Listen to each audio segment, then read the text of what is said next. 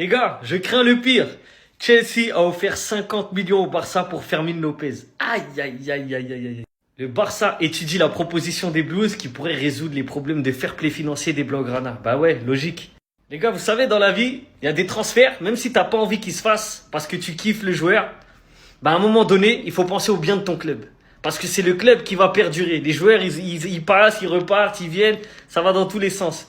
Mais le club, ça reste. Et parfois, pour la bonne économie d'un club, t'es obligé de te séparer de tes petits cracks. Il faut savoir dire merci et au revoir. C'est comme ça, c'est le but du jeu en fait. Fermín López, il est au club depuis 2016. Il a coûté 0 €. Là, il y a 50 millions cash, c'est 50 millions de bénéfices. À un moment où le Barça en a fortement besoin. Ah, faut réfléchir.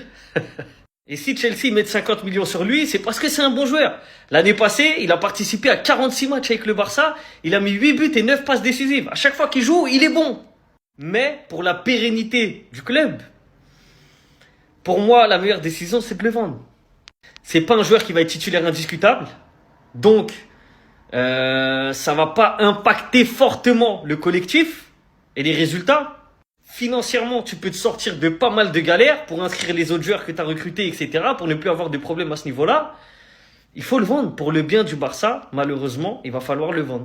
À cause des problèmes financiers, je ne reconnais plus mon club. Ce matin, on apprend que Chelsea voudrait faire une offre pour Fermín López. On n'a pas pour le moment la position officielle du club, mais apparemment la vente d'un joueur comme Fermín pourrait permettre au club de résoudre ses problèmes de fair play financier. Et ça me déçoit. Ça me déçoit. Parce que le Barça n'a jamais été ce genre de club à former ses jeunes de l'académie pour ensuite les vendre comme de la pacotille. Jamais. Le Barça, ça a toujours été cette équipe-là qui forme ses jeunes à la Masia pour ensuite venir aider l'équipe première. Et c'est ça qui fait notre fierté, voir des jeunes de l'académie qui ont été formés depuis petits briller en équipe première. Ça a toujours été la fierté d'un Barcelonais. On a vu des Xavi, on a vu des Iniesta, on a vu des Busquets, on a vu des Messi. On a toujours été ce club-là qui priorise la formation à domicile pour faire monter maintenant en grade ses joueurs. On a vu Lamine Yamal. Après l'éclosion de Lamine Yamal, on a vu Koubarsi, on a vu Casado, on a vu Fermín. Fermín même qui lui était en 3e division et si ce n'était pas à cause de Xavi, il allait rester là-bas. Mais le gars il est venu, il s'est battu, il a obtenu sa place à la régulière. Même Hansi Flick a dit que lui il ne veut pas que Fermín parte. Il a eu des offres de Manchester United, il a eu des offres d'autres équipes de Première Ligue, il a refusé.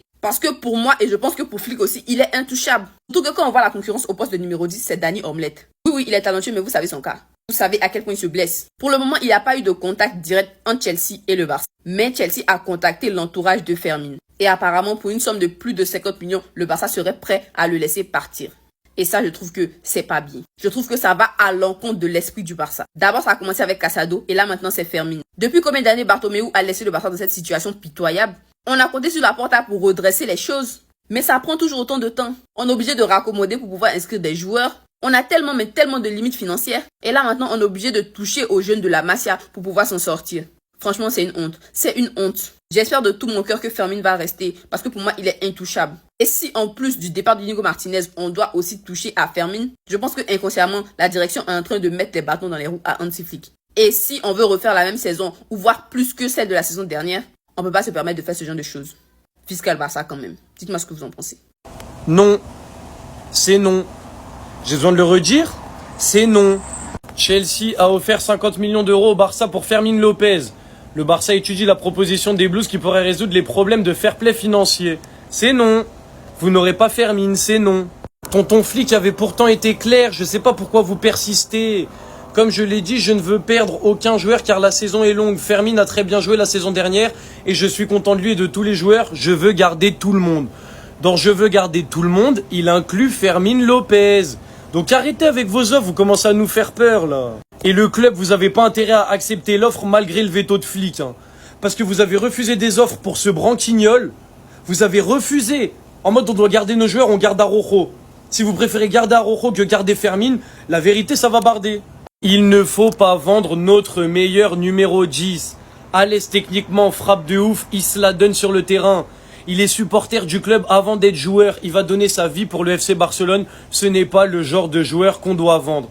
Fermín López, crack de la Masia qui peut tout donner pour le club. Ce n'est pas le genre de joueur qu'on doit vendre. Même si on a des problèmes financiers, vous avez qu'à les régler autrement. J'en ai rien à faire. Donc Chelsea, gardez vos offres s'il vous plaît. Et le Barça, si vous acceptez, je ne comprends rien à votre DA. Parce que refuser des offres pour Araujo pour accepter 50 millions pour Fermin Lopez, la vérité, je comprendrai jamais de ma vie. Donc vous avez intérêt à écouter tonton flic et à pas accepter l'offre. On est reparti pour un tour concernant des rumeurs de Fermin à Chelsea. De toute façon, avec les dernières déclarations de Fermin au Gamper, moi j'ai aucune inquiétude, il partira pas. Après, c'est que mon avis. Sport qui nous explique qu'une offre de 50 millions aurait été faite, mais ça j'y crois pas du tout. Il y a une autre source qui nous explique que Chelsea explore la possibilité de signer Fermin Lopez dans les derniers jours du mercato. Il n'y a aucun contact avec Barcelone pour le moment. Avec Casado, on a entendu des rumeurs et ça a rapidement été démenti. Flic sur Fermin il y a quelques jours. Comme je l'ai dit, je ne veux perdre aucun joueur car la saison est longue. Fermin a très bien joué la saison dernière et je suis content de lui, de tous les joueurs. Je veux garder tout le monde. Et Fermin a lui-même dit après le Gamper, les fans peuvent rester tranquilles, je vais rester ici, je travaille. Sachant qu'on a tous très bien vu Flick venir rassurer Fermin au dernier match sûrement pour lui expliquer son choix, c'est ce qu'il fait tout le temps. Car Fermin n'a pas joué. On sait tous très bien à quel point Fermin est important pour Flick. Ils étaient déjà opposés à son départ. Plusieurs clubs montreront forcément de l'intérêt envers certains joueurs du Barça, car ils ont vu la situation et que peut-être certains joueurs veulent plus de minutes. Mais personnellement, concernant Fermin, je n'y crois pas, il bougera pas, ça a déjà été confirmé par Flick et par Fermin lui-même. Enfin bref, sinon vous les gars, vous en pensez quoi? Ramenez-nous sur cette impatience, on s'ennuie. Chelsea qui s'intéresse fortement à Fermin Lopez, les gars, on en pense quoi? Faut tout de même préciser que le club n'a pas encore approché le Barça, mais discute déjà avec l'entourage de Fermin.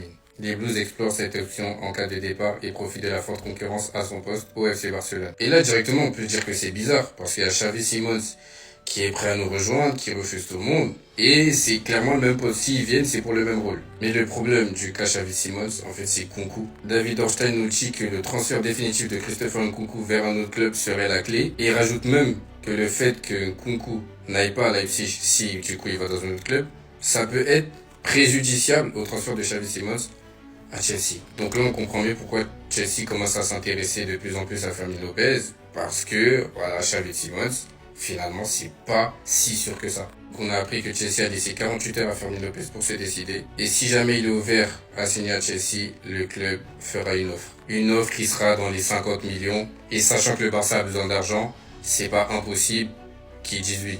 Et que même le Barça lui dise de dire oui. Franchement, les gars, quand tu vois cette compo, comment ne pas être hypé? Oui, ils ont mis Garnacho, moi je mets Neto, hein, c'est inventé. C'est Neto à gauche pour moi. Que tu mettes Fermin Lopez ou Xavi Simons, ça rend bien. Moi j'aime bien. Voilà, lequel des deux frérots va nous rejoindre? Les deux étaient à la Masia, ils ont le même âge, ils étaient dans la même équipe. Et moi, comme je vous ai dit, que ce soit l'un ou l'autre, on va bien manger.